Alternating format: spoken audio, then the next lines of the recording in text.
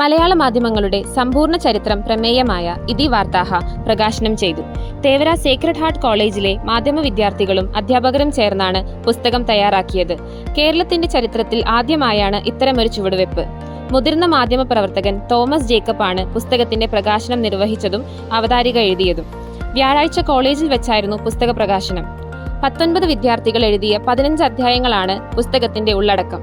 അധ്യാപകൻ Belvin P baby editing നിർവഹിച്ച പുസ്തകം പ്രസിദ്ധീകരിച്ചത് സേക്രഡ് ഹാർട്ട് കോളേജിന്റെ പ്രസാധന വിഭാഗമാണ്. വിദ്യാർത്ഥികൾ തയ്യാറാക്കിയതാണെങ്കിലും എഴുത്തിലും ആധികാരികതയിലും ഭാഷയിലും പക്വത പുസ്തകം കൈവരിച്ചിട്ടുണ്ടെന്ന് തോമസ് ജേക്കബ് പറഞ്ഞു. മാധ്യമ വിദ്യാർത്ഥികൾക്ക് പഠനവിധേയമാക്കേണ്ട ഒന്നാണ് പുസ്തകമെന്ന് മുതിർന്ന മാധ്യമ പ്രവർത്തകനായ ജോർജ് പുളിക്കൻ അഭിപ്രായപ്പെട്ടു.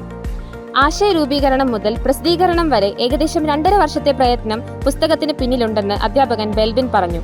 കേരളത്തിലെ മാധ്യമങ്ങളുടെ പിറവി മുതൽ നിലവിലെ സാങ്കേതിക വളർച്ചയും വെല്ലുവിളികളും വരെ പുസ്തകം ചർച്ച ചെയ്യുന്നുണ്ട്.